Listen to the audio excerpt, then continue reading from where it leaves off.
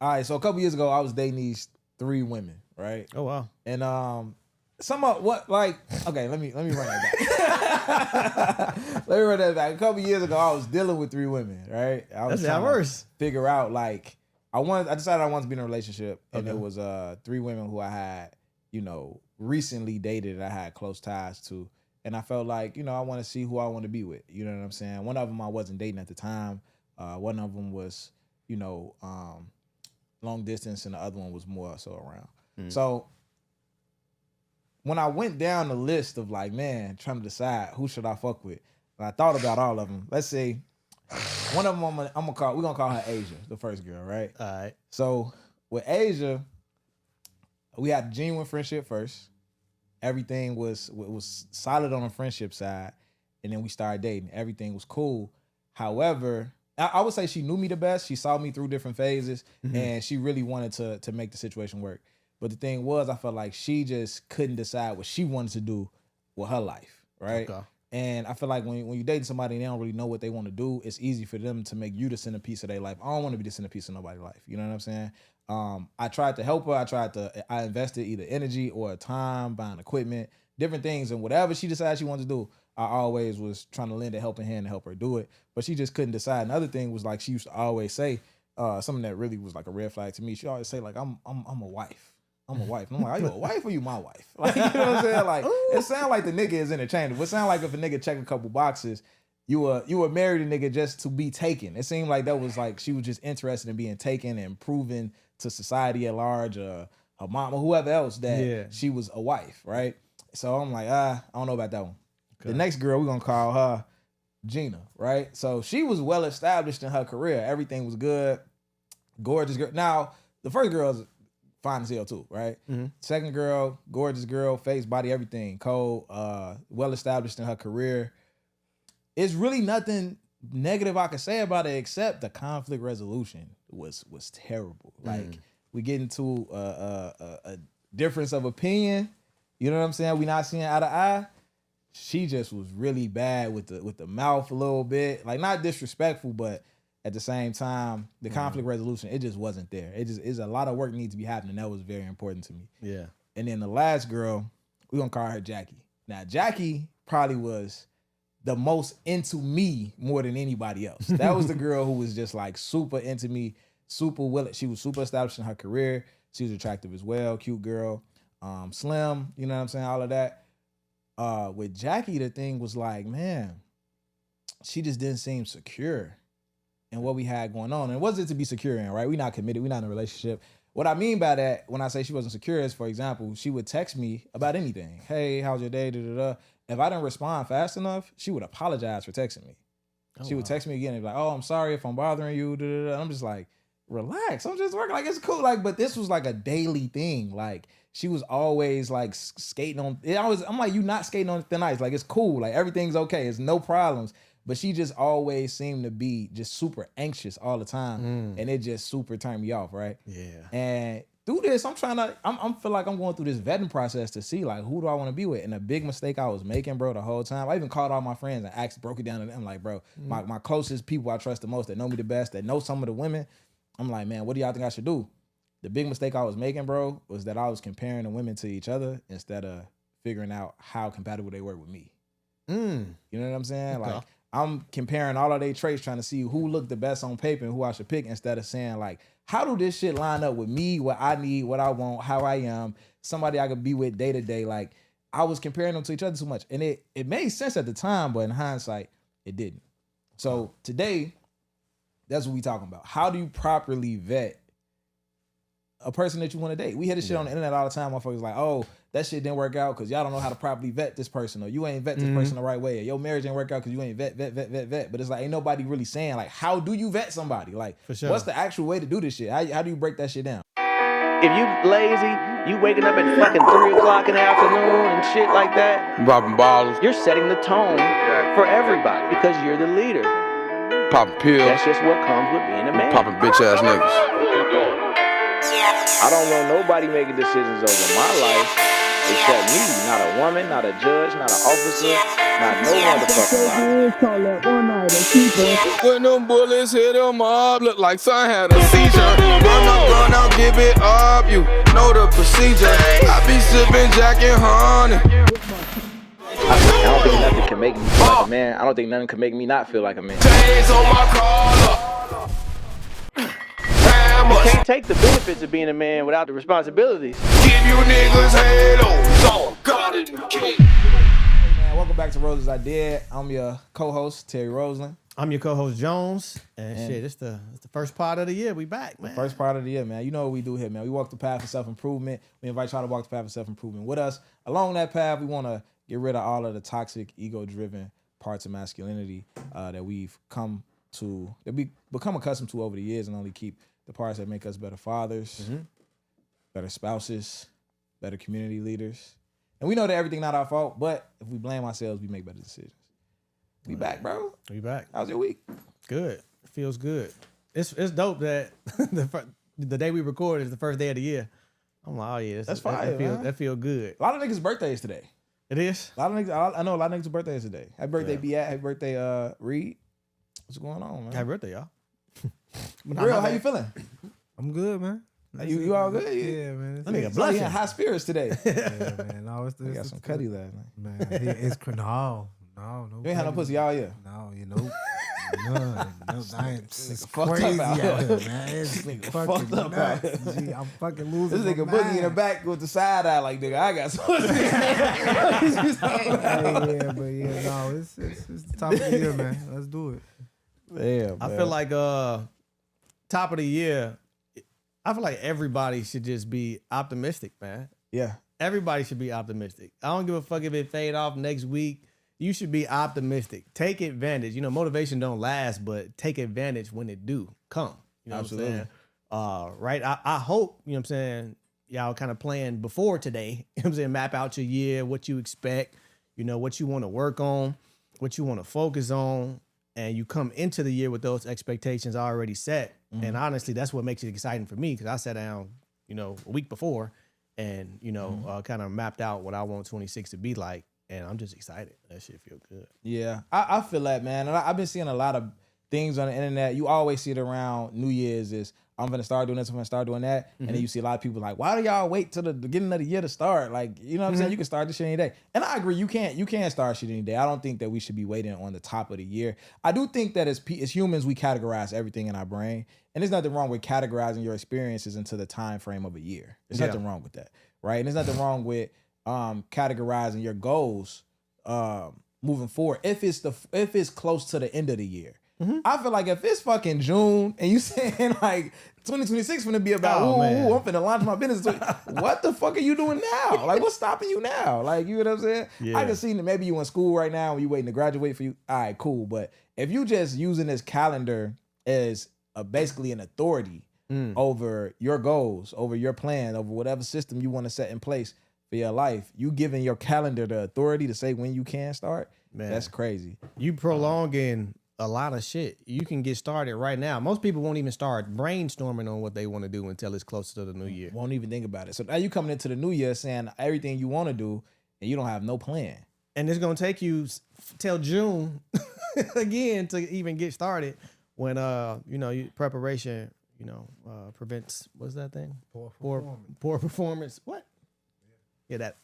Yeah. Be Poor preparation prevents Proper preparation. Proper preparation prevents poor performance. Yeah. Let's get prepared, man. Yeah. But nah, for sure. Absolutely, man. All I would really say, advice wise, as far as going into the new year, is people typically don't rise to their goals; they fall to their systems. And what I mean is, if you gotta, just to keep it simple, you got a goal to lose 30 pounds, and you say, I'm not gonna eat this, everything I don't like. I'm gonna work out 5 days a week, whatever. You create this unsustainable lifestyle. When I say unsustainable, it's sustainable for the 30 days or for the 3 months, whatever it is, but it's not sustainable for your life. And you lose the 30 pounds, and then what do? You go back to your normal life, to your normal systems, and you gain the 30 pounds right back. If you could create a system that works for you, that's sustainable, maybe it's working out 3 days a week with a better split. Maybe it's you only eat bullshit on Saturdays. You could wait till Saturday. You might not do the one cheat meal a month shit. I ain't doing the shit. Yeah. On Saturdays, I'm eat the fuck I want. For sure. You know what I'm saying? So maybe it's something like that. Come up with a sustainable system And you might not lose 30 pounds in fucking 2 months. It might take you 6 months. But you're gonna keep losing 30 and 30 more and 30 more until you done losing weight, because you have a system. You can hit the goal over and over and over and over again if you got a system. Man. Small errors in judgment repeated over time equals failure, right? So you make this grand goal and it's so big that you start working on it, and like you said, 30 days pass and you fall back into your whatever your habits was before then. Versus it's hard to see, like you would make a small decision today, but since it doesn't affect you today, you'll keep making that same decision over and over. Like you're not gonna become fat eating a cheeseburger today. You're not gonna go bankrupt from buying $100 whatever, and that's out of your budget today. But it's so small, but it compounds. Bad decisions compound. And 6 months, a year, it's like, fuck. Like when you look at your bank statement and they say you made this much, and it's like, you like, when the fuck, how this don't make sense? 2024 in a nutshell for me.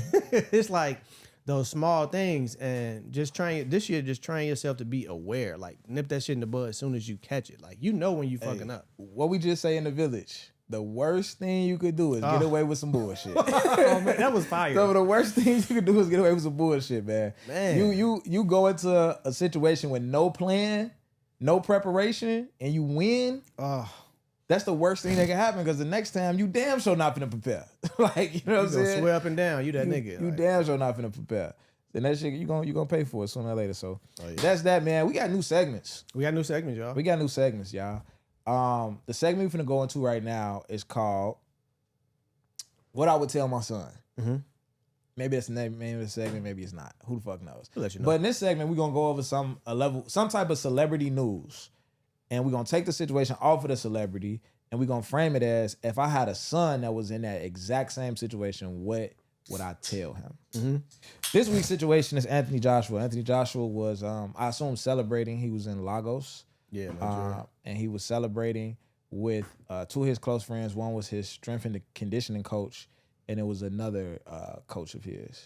His boxing coach. His boxing coach, okay. Yeah. So he was training. He was on vacation with both of those guys. They was having a good time.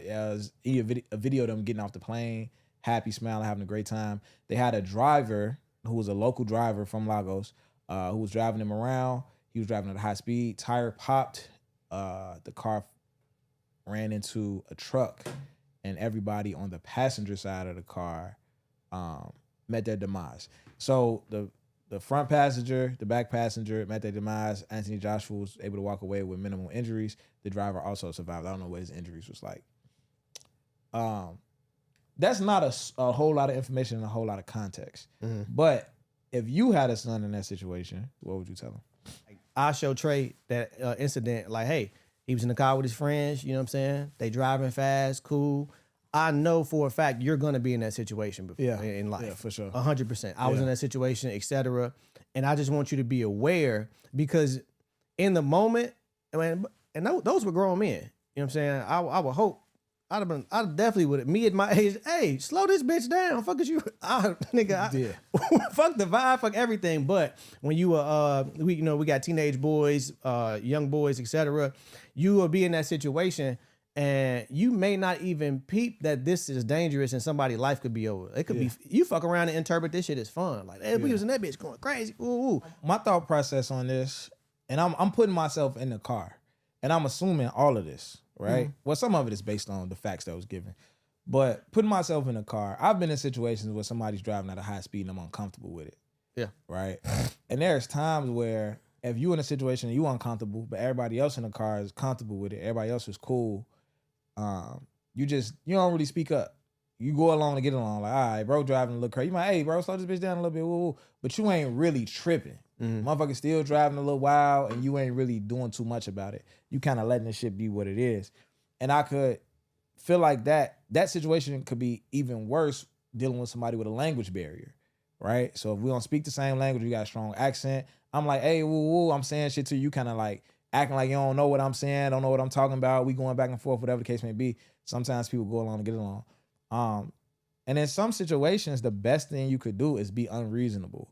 And when I say unreasonable, I mean like fuck the vibes, Mm-hmm. fuck everybody else comfort, fuck the fact that everybody else cool with it, fuck the fact that what you might say might make the tension in the car might make it a very uneasy ride from here on out because there's a lot of tension in the car because you tried to go the fuck off on this nigga and y'all going back and forth with that case and be. Sometimes the best thing you could do is be unreasonable and make everybody uncomfortable. You know what I'm saying? So you can be comfortable, essentially. Because if I'm pretty sure if you got a driver, and this is now I'm speculating. If you have a driver, you don't know this nigga, right? Mm-hmm. I'm assuming. And this nigga's driving at a high speed, that's uncomfortable. I don't fucking know you, G. Yeah. Like, you know what I'm saying? So I'm hopping in your car, you doing 90 on the fucking freeway or whatever you doing. It's not a comfortable situation for me. Like, slow this bitch down. You know what I'm saying? I don't know if that was said or it wasn't said, but the situation happened how it happened. The tire popped. He lost control. And I saw the actual bodies in the street. And it was like, yeah, it wasn't a good sight. Huh? That shit was gruesome. Yeah, it was gruesome. Great word. Thank you. That's what you was looking it was gruesome. It was gruesome.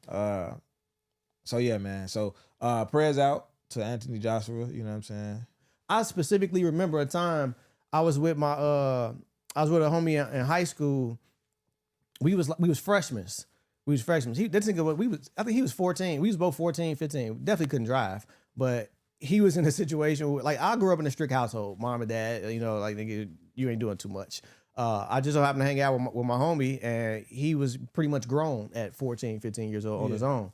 And he like, come on, we finna get in the car. We finna go somewhere or whatnot. I forgot where we were going, but he started driving fast. And I'm not processing it. We going down Hofstad, and I'm not processing it. He, boom, hitting lanes, whatever. I'm nervous. I'm like, oh shit. Like, you know what I'm saying? It didn't cross my mind to tell him to slow down because, again, I'm 14, 15 years old. It is fun. My homie driving. We outside. You know what I'm saying? No, we not adults, but I feel grown right now type shit. Right. You know what I'm saying? But we ended up getting into a police chase. Like, I was in the car with him. The police got behind us because he's fucking speeding. And that nigga hit the gas. Mm-hmm. Oh, nigga, what the fuck is you doing? He like, hold on, bro, we good. I'm gonna lose their ass. Ooh. So he's speeding or whatever. He tried to hit a corner, and actually hit the corner, the curb. We spun. Luckily, we didn't hit anything. Police pull up on us. They get out. They come up to the car on 10, pull us out. Yeah. You know what I'm saying? Like they was mad as shit. Yeah. They like, we was just trying to tell you to cut your fucking lights on. Like he was behind us. They hadn't flipped the lights yet. Yeah. Because he was like, yo, he flashed the lights and then he cut his sirens on. But we didn't peep that. He just saw the sirens and he took off. Yeah. And could have lost my life there. Yeah. You know what I'm saying? So in these situations, show these things, you know what I'm saying, to our kids. Think about the experiences that we had and just let them know in advance. Like, if you're in that type of situation, realize you could lose your life. And don't be scared to speak up and fuck up the vibe, like you said. Absolutely. I just also thinking about, like, it was the time I was out of town and I was in an Uber and I was younger, but the Uber driver had he was Latino, like he didn't speak English for real. And he was taking a route that wasn't the route on the app. Mm-hmm. You know what I'm saying? Like, the app saying go this way, this nigga went another way. And I'm like, what the fuck this nigga taking us though? But I'm not like literally scared. I'm just more so in a curious state. Like, I haven't got to the point of like, I'm really worried. But just on some curious shit, I'm like, hey, what you doing? This woo. But because he don't speak English, he smiling, he happy. Oh no, brother. Da, da, da. And I'm kind of like, all right, whatever. I ain't trying to like, hey, no, stop this bitch. Pull the fuck over. Get the fuck back on the road. I ain't trying to do all that. Mm-hmm. So, you know, the nigga nice. He's smart. But it's like, in hindsight, it's like, nah, nigga, like, fuck all of that. Fuck the language barrier. Let's get on this translate app and tell me why the fuck you ain't on the right route. Like, you know what I'm saying? The motherfucker could do anything now at that age.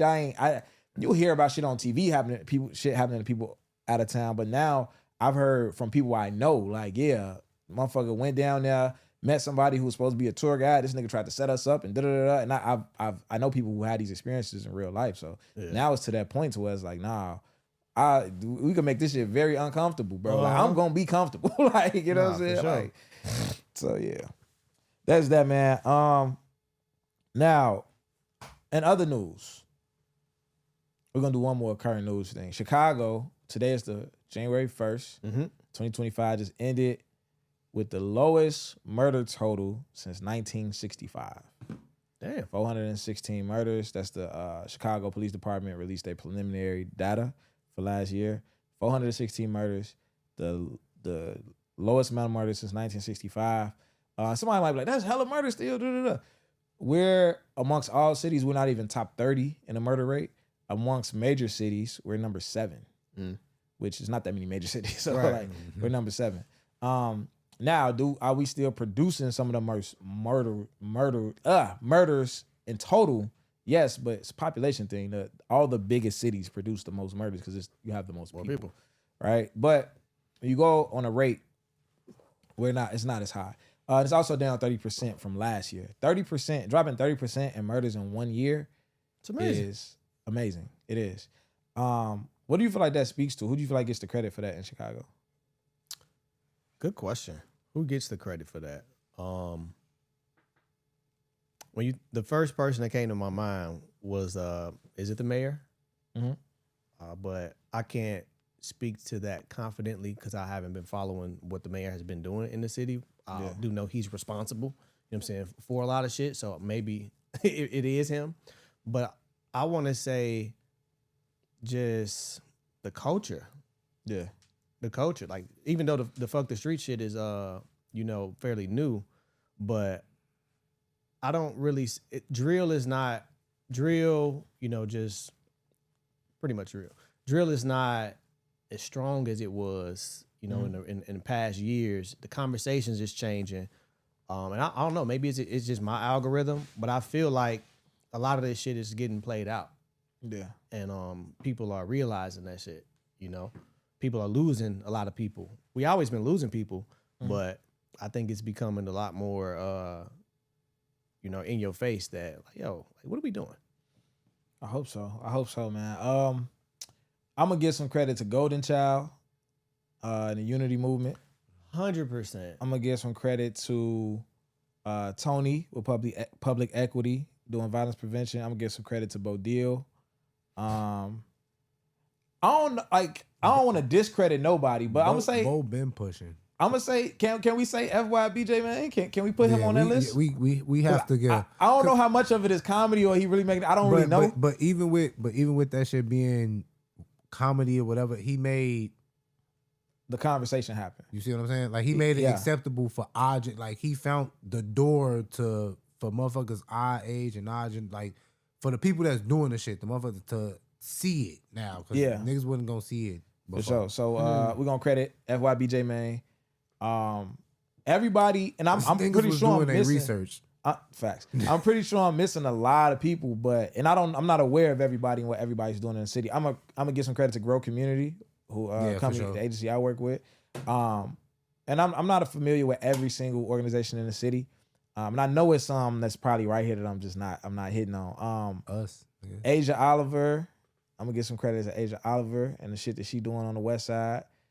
I'm gonna give some credit to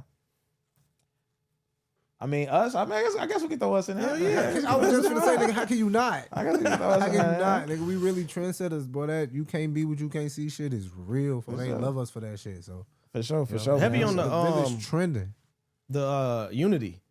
Man, I see that on my timeline every day. And they're literally in the trenches, and they got a lot of influence on the streets for real. Yeah. And to see those type of guys on the type of time that they are now, that's what influence is all about. That's why, the younger generation, when those guys are out of the picture, we looking at, whoever is causing reaping the most havoc, and it's bad influences. That's why it'll, control a large crowd. But then now you got these guys who really, hands on and was doing shit. Like, these are credible sources. I would just say that, and to see what they and it's consistent. I see that it's consistent. So absolutely. Yeah. I also want to give some credit to what's my man's name? Dilla, Six Figure Dilla, who do the Chicago history, and Malik, the photographer, who they team up a lot with the dreads, right? Yeah, and I'm gonna give them some credit because I feel like when you value your city and you love your city, the history of it. you have pride in it, you're gonna More of a respect. it's less for it. damage. You'll have more respect for it. You're gonna value it. You're gonna do less damage to your city. So I think what they do also, you know what I'm saying? Like that's all that trickles down into less violence. You know what I'm saying? In the community. So shout out to neighborhood heroes, Ms. Oliver, everybody, man. Oh yeah, Six Figure Dilla. The first time I seen him speak, I was at a event when I was trying to get in tech. I was at Cisco and he was speaking at Cisco for event or whatever. Yeah. And he probably was speaking for like an hour. I learned so much cool ass shit about Chicago that you have no idea. Like the saying everything dope comes from Chicago. Like that's just not like a saying. Like no, it's facts. I found out Abraham Lincoln buried in the same cemetery as my homie. Damn. Both my homies. That's crazy. Damn. So yeah, shout out to them guys. Yeah, absolutely. So let's jump into this vetting. Okay. Let's jump into vetting. Right? Thinking about what do you need to know? What do you need to be looking at? What do you need to be paying attention to before you jump into a relationship with somebody? Before we go into that, let's talk about the pool of dating. Like, what does the pool look like? Right now, the pool, all Black people in America between the ages of 25 and 54 are unpartnered, meaning that they're not married and they don't live with a partner on paper. Never know who live with who in real life. 60%. So that's the pool, right? What's some of the things that you feel like are most important when it comes to vetting somebody? Like for men, the most important thing above all is you got to make sure she got a fat ass. I'm just playing, y'all. That's insane. Fat ass really for crazy. sure. I'm joking. Nah, but like as a man, as a grown man, one of the most important things you want to make sure. Oh, repeat the question. I was playing and forgot. I got it. Basically, what are some things? What do you think people need to know about vetting? Okay. Like, just in general. What do you need to know about vetting? The number one thing you need to know is yourself. Okay. You know what I'm saying? So you need to know what you're willing to deal with. You need to know your boundaries. You need to know your negotiables. And a lot of times you can confuse the two. Yeah. You know, you can have a boundary is once it's crossed, it's over. It's done. Yeah. You know what I'm saying? Like maybe some red flags or whatever. Like I wouldn't say once it's crossed, it's over because you might not have told somebody that was a boundary. No, that's why I'm gonna get to that. So go ahead. because you definitely gotta communicate your boundaries. That's why if it's crossed, it's over. You know what I'm saying? You don't just have these unspoken boundaries and somebody do some shit that you never communicated that was a hard boundary for you and you like, oh no, I'm out. Like that's not really fair. But you got to know your boundaries, your negotiables, because somebody's not going to be perfect. You know what I'm saying? So there's some things that you can work through. Let's just say somebody's annoying, or I don't know, something small. You can't be so strict to whereas you running every sign of conflict or whatever. So you know what I'm saying, knowing your boundaries, knowing your negotiables, knowing what you want long term, your religious beliefs. Like you got to have all of these things in check. So when you're out here vetting somebody, it's easier for you because if you don't know yourself and you just start dating, you're going to go through a lot of people figuring out yourself. And you know what I'm saying? You can ruin people like that too. You know what I'm saying? Just dating a whole bunch of people and you learning yourself through people. That's not really fair as well. That's life. It happens. That's life, man. That's life. It happens. But now that you hear this, if you do it now, nigga, that was intentional. For sure. I'm gonna say the first thing that people gotta realize when vetting somebody is you gotta think about their upbringing. Mm-hmm. And there's so many factors of that, right? Being an only child versus somebody that's in a house with a bunch of different kids. Mm-hmm. That plays a role. It plays a role in my current situation, you know, whereas as an only child, I'm always in my thoughts. I'm always thinking. And if I'm thinking and you start talking to me, you know what it feels like? What? You ever been playing music and somebody start talking, you gotta turn it down, and then they're done and you turn it back up, then they say something else, you gotta turn it back down. It's like, all right, nigga, like get it all out. You know what I'm saying? At times it can feel like that because I'm always in my thoughts. You know what I'm saying? As an only child, you grow like a big imagination and you're just always thinking. And even like in college when I did have roommates, it's always an opportunity for me to just go back to my room. Like if I get overstimulated, I just want to be in my own thoughts. I just go back in my room. That don't happen in a relationship. So again, knowing yourself, knowing that about myself, right? Yeah. Which is I'm learning that through somebody right now. And then also learning the difference with this person, right? And some of those things some of these things might not be as apparent when you're just in the dating phase, but it's things that you need to have on your mind. It's questions you need to ask about how somebody was raised. How does you're a man dating a young lady? What's her relationship with men and her family? We try to like do this general lazy ass thinking to say like either she has a dad or she don't have a dad, and if she don't got a dad, she this type of one. If she got a dad, that's not a thing. Somebody can have a father in their life and the nigga be terrible, right? Or the nigga might be a great father, or the nigga might spoil her to the point where he was a great dad to her, but the product that you're gonna get is fucked up. You know what I'm saying? Because he didn't spoil the fuck out of her. So that's not like really like fuck whether you had a dad or not, because that's just not enough information.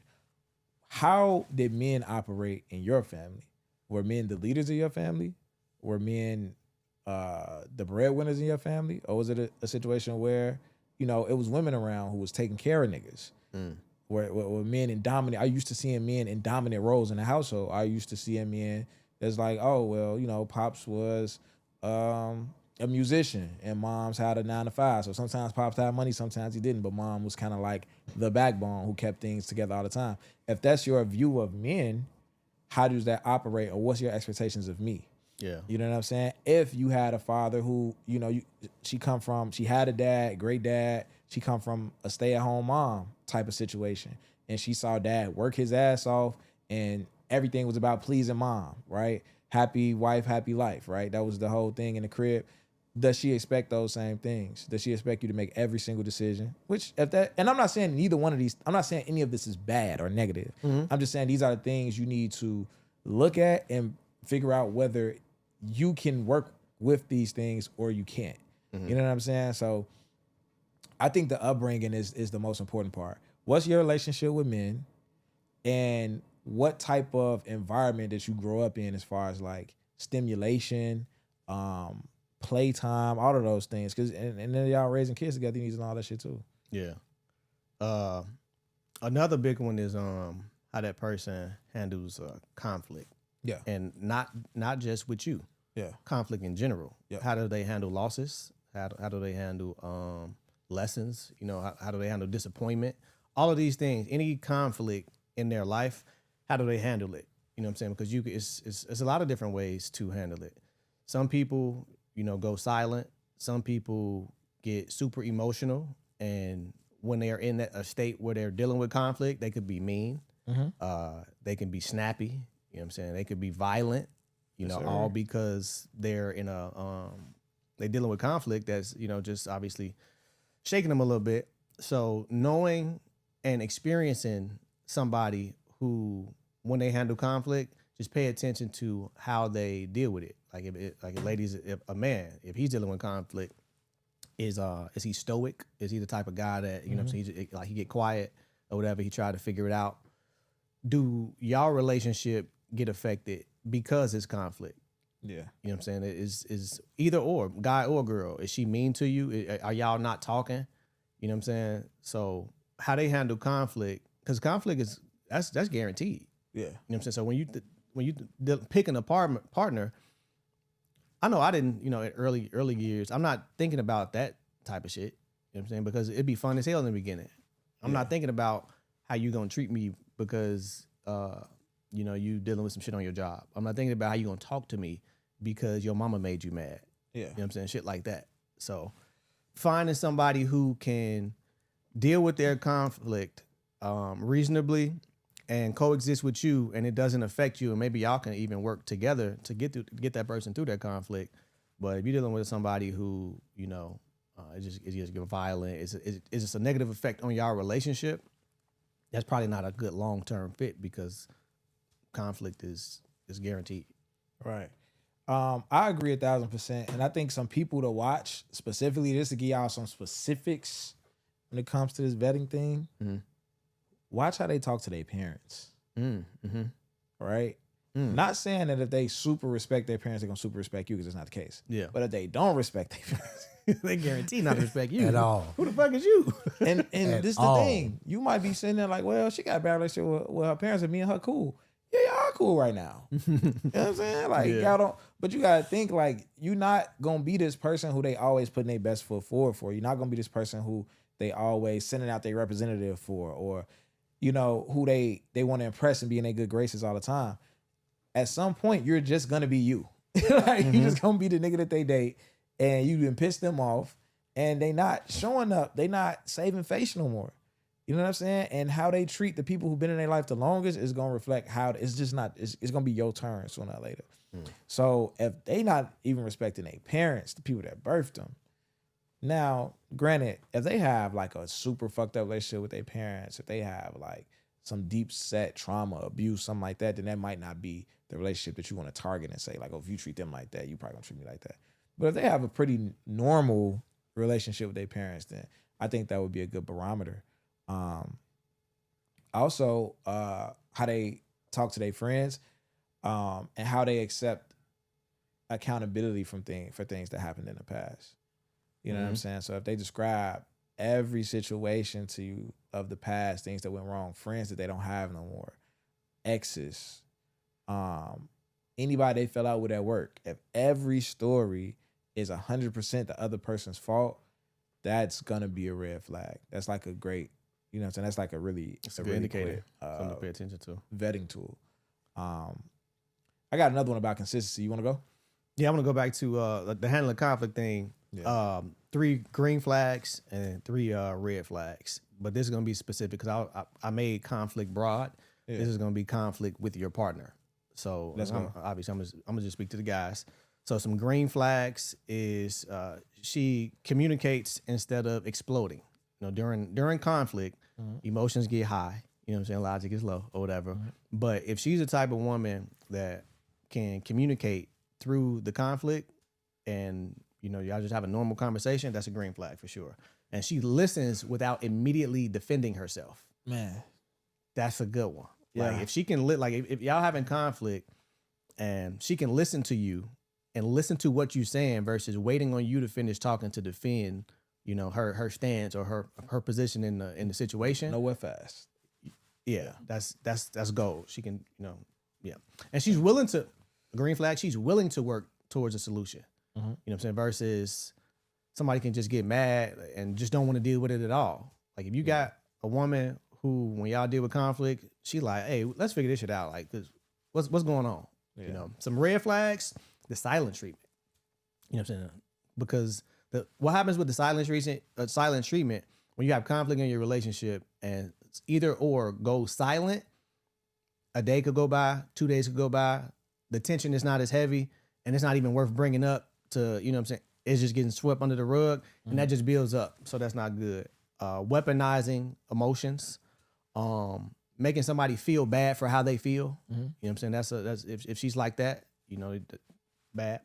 And public disrespect or social media airing, like, you know, if you're dealing with somebody and y'all have a incident, if y'all have some conflict and they just go on social media and in their stories, you see y'all situation, they talking about it or whatever case may be. It's just like you can see y'all conflict in her stories. That's a red flag. Also, can I throw one in there real quick? Yeah, and just lastly, like if she can't fight fair, she can't love healthy.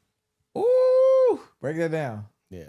So in an argument, if she can't fight fair, if she needs to hit below the belt, if she needs to find a way to win the argument at any cost, there's no way she could possibly love you in a healthy space. Yeah. Because it's always, you know, she got to be right. You or me. It's you or me. My way or the highway type shit. You know what I'm saying? So yeah. That's like some emotional survival mode type shit. Yeah. That's tough. The only way I can process this is if you're wrong. Because it can't be me. Yeah. It's either you or me right now. Right. That's tough, man. Damn, I had another red flag. Go back to the one you said before that. Public disrespect and social media area. If a woman, you dating a woman and she start bringing up her ex, like problems that they had, Nothing wrong with that. If this was especially a long-term situation, Yeah. y'all having conversations about things, a lot of her examples is going to come from her most recent situation, especially if it was long-term. Not a big problem with that.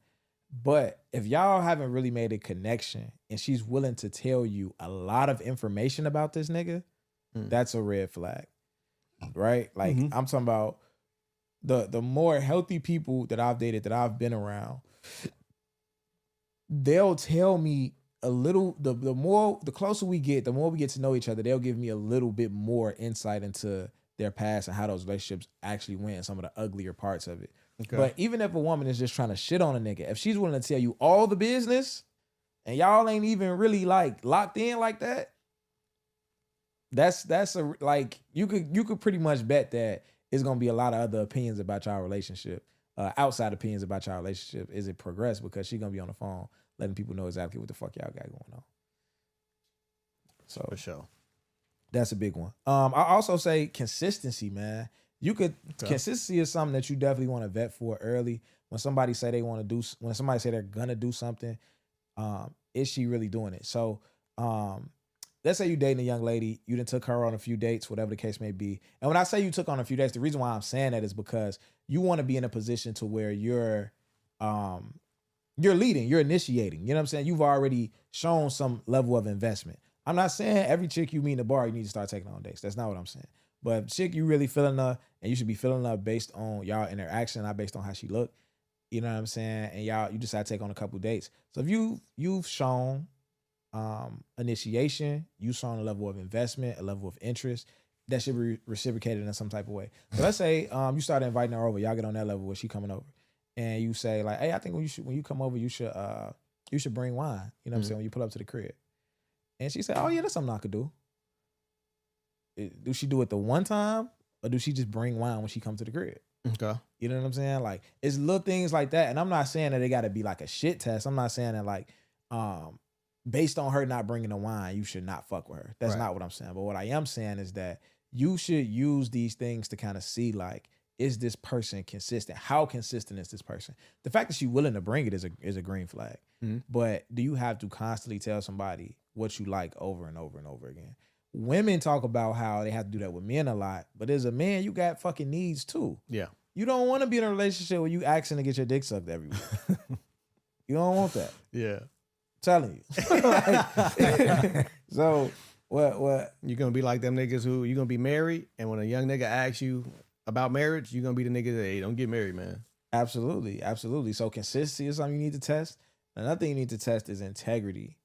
Look at the parts of their life that they don't have an audience for and how they perform in those parts of their life.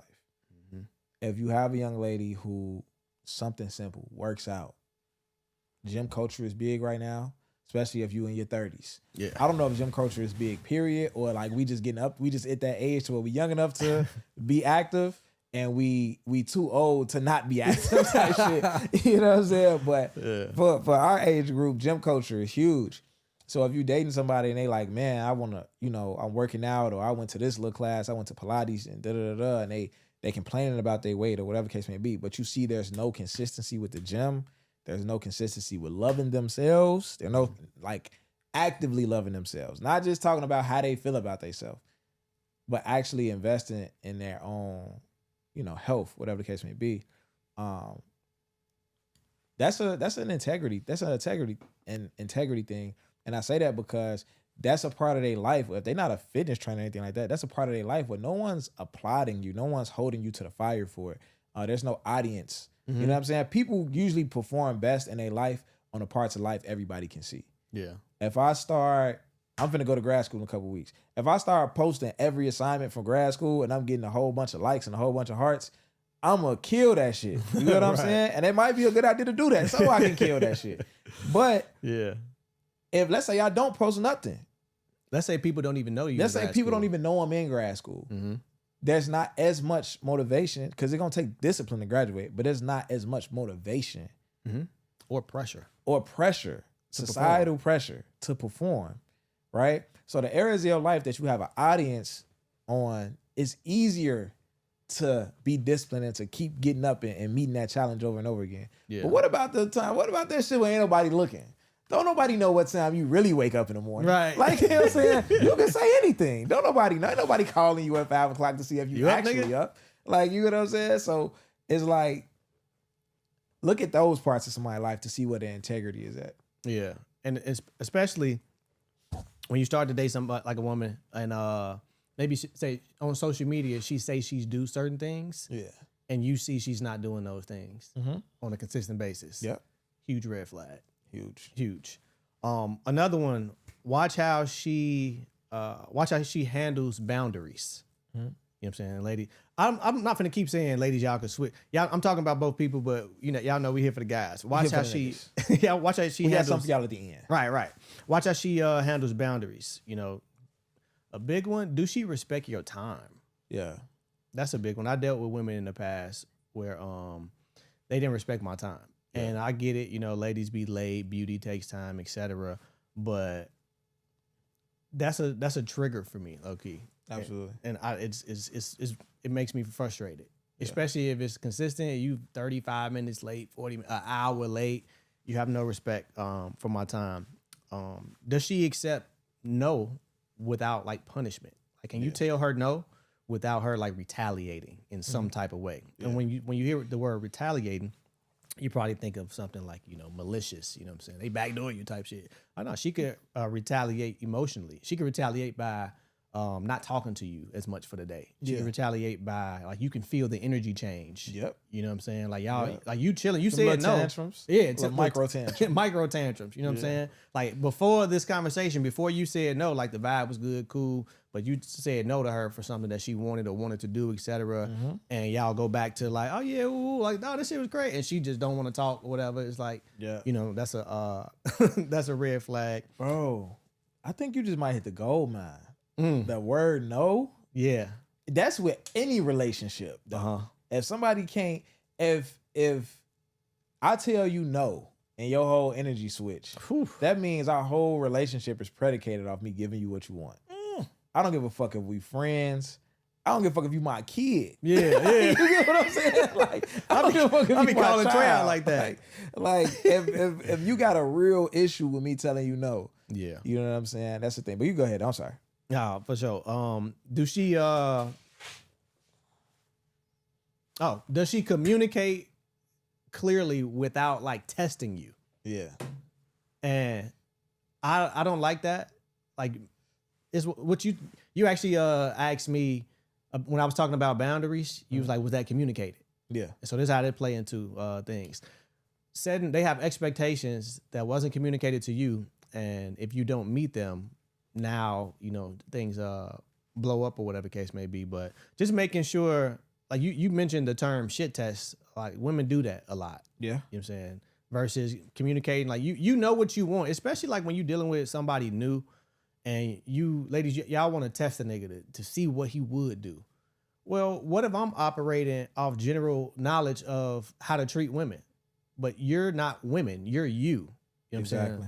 Every woman is different. Like, what if I'm using the same programming that I was using when I was dating Sue over here, and now I'm dating you, and what I did with Sue was making her happy, so I'm doing it to you, and you clocking it as like, this nigga, he not doing X, Y, Z, but you never communicated your expectations. Like, this is how I'm in a whole different situation. You need to communicate with me what works for you, what you need, versus waiting to see if I do some shit I know nothing about. Yeah. You know what I'm saying?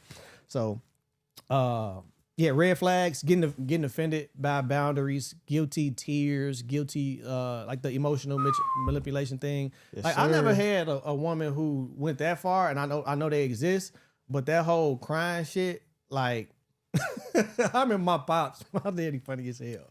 He's like, man, if you start crying, nigga, fuck that. Fuck all that. Don't look straight past that shit. Like that. As soon as you start crying, nigga, you know something is up. It's wrong. Yeah. So he funny as hell. Yeah, so that's that. And let me see what else I forget. Ooh, a woman who don't respect boundaries will eventually try to control them. Okay. Yeah. So if she's gonna try to control your boundaries. Oh. If she don't respect your boundaries, she's definitely gonna try to control them. Yeah. Yeah. Okay. Okay. All right, man. We at a time right now where we gonna have to dip off into the Patreon, but I got some more. I got a couple more things that I need to get them together on before we get out of here. I'm gonna say this too, man. When it comes to that potential point, you gotta date what you see in front of you, man. If Shorty talking about she this freaky at, because we always talk about how niggas, finesse women with the whole, oh, we gonna do this, we gonna go on these trips, and we gonna da-da-da, and I wanna be married, and ooh, what this nigga doing right now? It's the same shit with women, gang. Yeah. If she talking about how freaky she get when woo, who is she right now? That's what you're dating. You don't know what the fuck. Like, fuck all them promises of the future. Fuck all of that shit. Oh, I'm such a homebody. I'm such a domestic woman. Like I cook, I clean, I do this, I do. I'm focusing on what you doing for me right now. That's all I got. And something else I want to say, stop letting niggas, stop letting these women guilt trip y'all for not choosing them. Oh, man. Stop letting these women guilt trip y'all for not choosing them. We're going to talk about that in the Patreon, though. You got AMP, a men's perspective. People was like, what do AMP stand for? And for new listeners. Okay, for sure. So, for the ladies, right? And we're gonna switch up a man's perspective, and I'm gonna give the ladies some advice on what to do, how to behave. How to behave is crazy. What to do, how to move when you're dealing with a guy, how to get your desired outcome. And one of the things how my lady got me is she's very kind. She's very pleasant, even in conflict, right? Even we've had plenty arguments and disagreements in the beginning and even now. Yeah, they be uncomfortable, but not once does she get nasty. Not once does she yell, like any of that. Like you catch more bees with honey. You know that's saying. And a lot of times I just noticed that about her early on, because like I said, conflict is constant. You know, you're gonna always have conflict. So like the way that she handles conflict is with, you know what I'm saying, kindness and just communication. And if she can't communicate, and if her emotions are high, she gonna say, hey, give me a minute. Like we talk later, whatever the case may be. So just approaching a man with kindness and that loud mouth shit, the attitude, because that tells me even in conflict, we have peace. Yeah. Even in conflict, we got peace. So, oh yeah, that's it. For sure. Advice for boy moms. I know y'all all feel like y'all got the most handsome son in the world, and he just gonna be this player, heartbreaker, have every girl, all of that, right? And maybe you will. And if so, he's gonna call you one day and he gonna be like, Mom, I'm dating these girls. I don't know who to choose. I don't know which one to bring home to you. I don't even know which one deserve to meet you. And he gonna break it down to you. He gonna describe all the different girls and what they do and all that. Make sure you let your son know to not make the mistake that Terry made. He should not be picking a girl based on their comparisons and how they line up against each other. He should be picking a woman based upon how compatible they are with him. Just because one girl do this better than the other girl, this girl booty bigger, this girl prettier, this girl mama got more money and da-da-da-da, and she got this car. Which one is the most compatible with you? Compare each woman to yourself and do not compare those women to each other, because they ain't dating each other, so it don't matter. You know what I'm saying? And that's my advice for boy moms this week, man. We love y'all. We appreciate y'all. Raise these young men well, man. They the leaders of our community. They up next. Don't raise a lot of women, you will raise your son like the nigga you wouldn't date. Man. So yeah, just raise him right. For sure. All right, man. If you're chasing anything in life, you already know what to do. It's 2026, man. You better go get that shit this year. You better go get it right now, man. Expeditiously. For sure, man. Decide, plan, sacrifice. Shoot or shoot. We out. God in the cake.